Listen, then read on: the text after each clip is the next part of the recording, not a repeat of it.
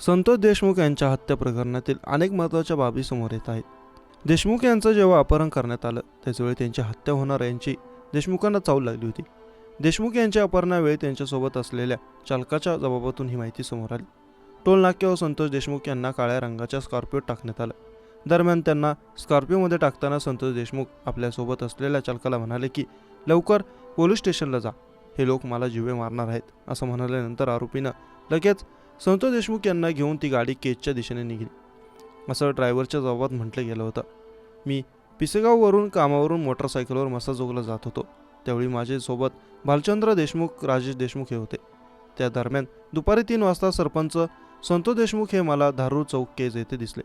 त्यामुळे मी संतोष देशमुख यांना मोटरसायकलवर थांबून फोन करून विचारले की तुम्हाला गावाकडे मसाजोगला यायचं आहे का.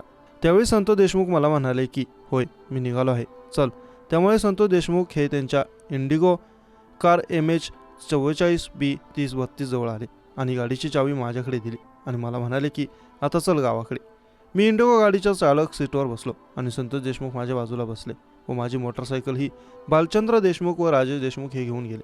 त्यानंतर आम्ही दोघे मसाजोगच्या दिशेने जात असताना साधारण 3:15 ते 3:30 वाजता डोणगाव टोलनाक्यावर आलो. त्याचवेळी समोरून एक काळ्या रंगाची स्कॉर्पिओ MH 44 Z 9333 आली. आमच्या गाडीच्या मागे एक सिल्वर कारची स्विफ्ट गाडी होती. या दोन्ही गाड्यांनी आम्हास मागून आणि पुढून अडवले. दोन्ही गाड्यांमधून एकूण 6 इसम खाली उतरले.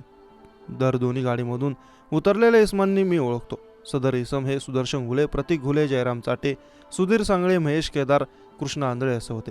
त्यापैकी सुधीर सांगळे याने एक मोठा दगड घेऊन आमच्या गाडीच्या चालक बाजूच्या काचेवर मारला. त्यामुळे गाडीची काच फुटली व खाली उतरलेल्या इसमांनी मला धमकी दिली आणि म्हणाले की थांब.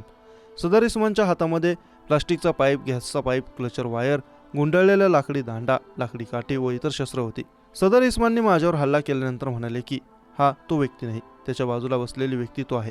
त्यामुळे सर्व इसम संतोष देशमुख बसलेल्या बाजूने गेले. संतोष देशमुख यांस गाडीतून खाली ओढले व त्यांस हाणामार केली. त्यानंतर संतोष देशमुख यांस काळ्या रंगाच्या स्कॉर्पिओमध्ये टाकलं. संतोष देशमुख यांस स्कॉर्पिओमध्ये टाकताना संतोष देशमुख मला म्हणाले की बंधू लवकर पोलीस स्टेशनला जा, हे लोक मला जीवे मारणार आहेत, असे म्हणाल्यानंतर सदर इसमांनी लगेच संतोष देशमुख यांस घेऊन ती गाडी केजच्या दिशेने गेली. त्याचवेळी स्विफ्ट गाडी देखील काळ्या स्कॉर्पिओच्या मागे गेली, असा खुलासा जबाबात केला आहे.